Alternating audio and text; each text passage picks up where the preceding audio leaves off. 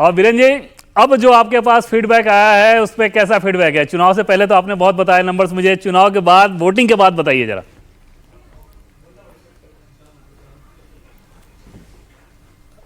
नमस्कार। मैंने आपसे पहले भी कहा था कि हम दिल्ली में डबल इंजन की सरकार बनाने जा रहे हैं। बिल्कुल। और मैं आज भी विनम्रता के साथ कह रहा हूं कि हम माननीय प्रधानमंत्री जी के नेतृत्व में स्पष्ट बहुमत से सरकार बनाने जा रहे हैं। और मुझे ये हैरानी होती थी वीरेंद्र जी, जब आप झुग्गी झोपड़ी में इतने जाते थे, मैंने आपको बोला भी कि इतनी मेहनत क्यों कर रहे हैं। आपने 6 महीने पहले लगभग बोला था कि हर हाल में हम लोग इस बार सरकार बनाएंगे, और तब मुझे उस पर भरोसा नहीं हुआ था। अब वोटिंग के बाद जो आपके पास आया फीडबैक, वो नंबर्स के लिहाज से कैसा है? आप कितने नंबर की उम्मीद कर रहे हैं? देवेंद्र जी, नंबर तो अरविंद केजरीवाल लिखते हैं कागज पे, हम नहीं लिखते हैं। लेकिन हमारा विश्वास हमारे कार्यकर्ताओं की मेहनत पर था। अगर 1900 से ज़्यादा कार्यकर्ता झुग्गी में जाके रात को प्रवास कर रहा है, पूरी रात सो रहा है जी, उन झुग्गी वालों के साथ बैठ के भोजन कर रहा है, उनके दुख सुख में उनके साथ खड़ा है, तो वो ऐसे हमारे कुछ काम थे जो हमें लगता था कि दिल्ली की समस्याओं को समझने के लिए हमें उनके साथ बैठना जरूरी है, जिसका परिणाम आज सारे एग्जिट पोल में नज़र आ रहा है। परिणाम आज को आएगा, लेकिन हमको अपने कार्यकर्ताओं की मेहनत पे भरोसा था। दिल्ली की जनता ने भरपूर आशीर्वाद हमें दिया है, और माननीय प्रधानमंत्री, माननीय गृह मंत्री और माननीय राष्ट्रीय अध्यक्ष जी लगातार हम लोगों का मार्गदर्शन करते रहे, जिसका ये परिणाम है कि आज मैं मुस्कुरा के कह सकता हूं कि हाँ, आपकी मुस्कुराहट बहुत कुछ बयां कर रही है। जरा हम आपसे चाहेंगे, अब जरा थोड़ा दिल्ली की जनता ने बहुत इंतजार किया, बट टाइट फाइट, ये सब तमाम चीजें, अब जरा कुछ सीटों की भी हम बात करना चाहेंगे, क्योंकि सबकी दिलचस्पी है उन सीटों में। तो सबसे पहले और सतीश जी, पूरी दिल्ली की सीट के, हर सीट के बारे में जानते हैं, बता सकते हैं जी। तो इसीलिए, क्योंकि प्रदेश अध्यक्ष हैं, तो इनसे बेहतर कौन बता पाएगा, और अभी तक इनके पास संगठन का, कार्यकर्ताओं का फीडबैक पूरा आ चुका होगा। तो सबसे पहले शुरुआत नई दिल्ली से ही करने, सौरभ। बिल्कुल। तो अरविंद केजरीवाल जी चुनाव जीत रहे हैं कि हार रहे हैं? अरविंद केजरीवाल तीसरे नंबर पर जा रहे हैं। तीसरे नंबर पर? मतलब ये तो ज्यादा नहीं हो जाएगा? पिछली बार 21,000 वोटों से जीते थे वो। आपको लगता है कि उसको भी काट लेंगे और उससे ज्यादा वोट भी ले लेंगे? पिछला चुनाव 10,000 वोटों से 10,000? अच्छा, ठीक है, मैं करेक्ट कर लेती हूँ, 10,000।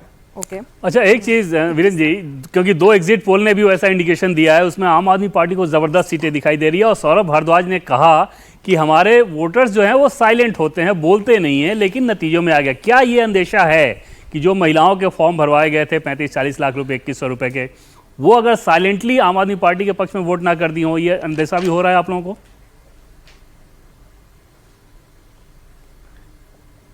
आम आदमी पार्टी के वोटर्स अगर साइलेंट होते हैं तो फिर मनीष सिसोदिया, सौरभ भारद्वाज सड़कों पर इतना लड़ते क्यों हैं, जो आज हमें देखने को मिला। और जहाँ तक वो 2100 की बात है, हर दिल्ली का आदमी ये पूछ रहा था, हर माता बहन पूछ रही थी कि पंजाब में 3 साल में 1,000 रुपये नहीं दिए, लोकसभा चुनाव में 1,000 की घोषणा की थी सितंबर में देने की, वो नहीं दिया, और जो 2100 के फॉर्म भरवाए वो दिल्ली के कूड़ेदानों में मिले। तो दिल्ली की माताएं बहनें बहुत समझदार हैं।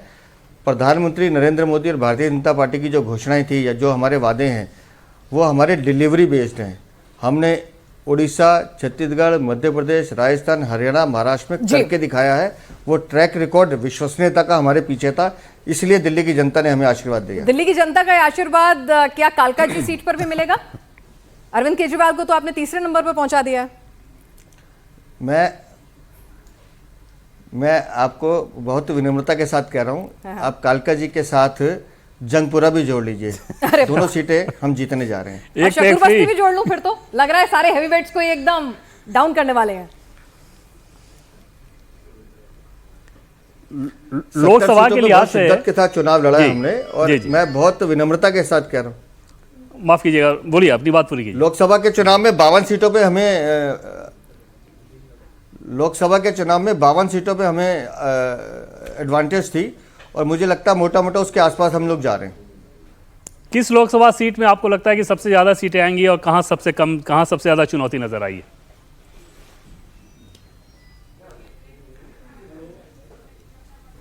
आप मुझसे पूछ रहे हैं कि 70 बच्चों में से कौन सा बच्चा ज्यादा खूबसूरत है?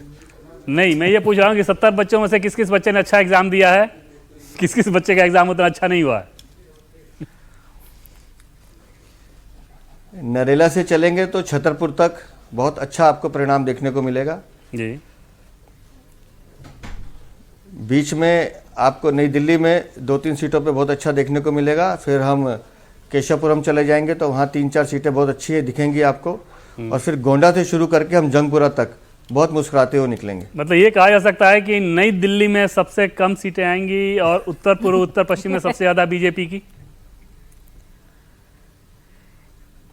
नहीं, मैंने ये नहीं कहा नई दिल्ली में कम आएंगी। मैंने अपेक्षा ये कहा कि जो परिणाम है, जो वोटों का समीकरण, हमें इस बात को स्वीकारना चाहिए कि दिल्ली में 15-17 सीटें ऐसी हैं जो हमारे माकूल नहीं है, उस पर हमको और मेहनत करने की जरूरत है। तो मैंने उस हिसाब से आपको बताया। अरे ये तो आपने बताया आप कहाँ मजबूत हैं। आप जे बी देवेंद्र ने भी बता दिया कि कैसे आप लोगों ने झुग्गी बस्तियों में, दलित बस्तियों में जाके महीनों पहले से काम शुरू कर दिया था। वो शायद दिख रहा है उसका असर एग्जिट पोल के अंदर। लेकिन सर ये आपसे मैं पूछना चाहता हूं, आपने विरोधी के बारे में अगर आप उसका कोई स्ट्रांग पॉइंट बताना चाहें, केजरीवाल का इस चुनाव में अगर कोई मजबूत पक्ष था तो क्या था?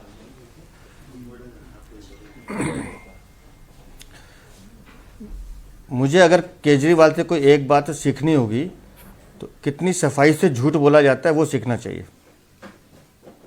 बताइए कि आप आम आदमी पार्टी को, जो आप कह रहे हैं 50 आपका अपना टारगेट आप लेके चल रहे हैं, तो नंबर 2 पे आप आम आदमी पार्टी को रख रहे हैं कि कांग्रेस को रख रहे हैं?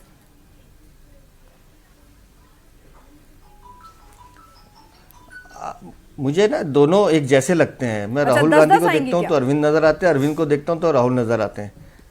अच्छा चलिए, तो ये बताइए आम आदमी पार्टी को आप कौन-कौन सी सीट दे रहे हैं? सिक्के के दो पहलू हैं ये, क्योंकि 50 अगर पूछने बैठूंगी तो दिक्कत हो जाएगी, बहुत लंबी लिस्ट हो जाएगी। तो अगर आप मुझे बताइए आम आदमी पार्टी को आप कौन-कौन सी सीट जितवा रहे हैं? सौरभ भारद्वाज को जितवा रहे हैं आप, ग्रेटर कैलाश, या नहीं? मैंने 50 से 52 संभावनाएं बताई हैं। जीतने का मादा तो हम 70 का रखते हैं। तो ग्रेटर कैलाश, सौरभ भारद्वाज, वो भी 70 सीटों में ही आती है मैडम।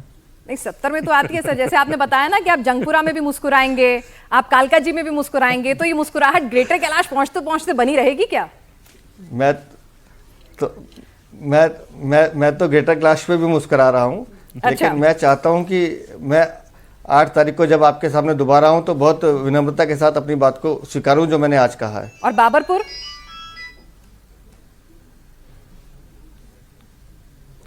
मैंने आपको कुछ बताया था कि 15-17 सीटें ऐसी हैं जहां वातावरण हमारे अनुकूल नहीं रहता। तो बाबरपुर उनमें से एक है। विशेष का वोट है जिसपे हमें और ज्यादा काम करने की जरूरत है। तो बाबरपुर उनमें से एक है। चलिए, किसी एक बड़े नेता को आम आदमी पार्टी के थोड़ी एडवांटेज दे रहे हैं यहाँ पर। एक बड़ी चर्चित सीट पटपड़गंज की इस चुनाव में रही है। मैंने ये नहीं कहा कि वो जीतेंगे। आपने कहा कि समीकरण उनको एडवांटेज दे रहे हैं। अवध ओझा को लाया आम आदमी पार्टी वाले, मनीष सिसोदिया की सीट दी। हाँ तो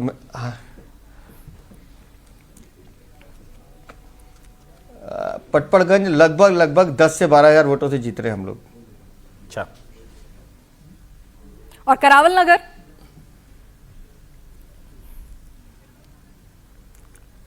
शानदार जीत होगी वहां। शानदार जीत होगी। तो मतलब हाँ, नई दिल्ली का मार्जिन कितना रहेगा वीरेंद्र सचदेवा जी आप लोगों के हिसाब से?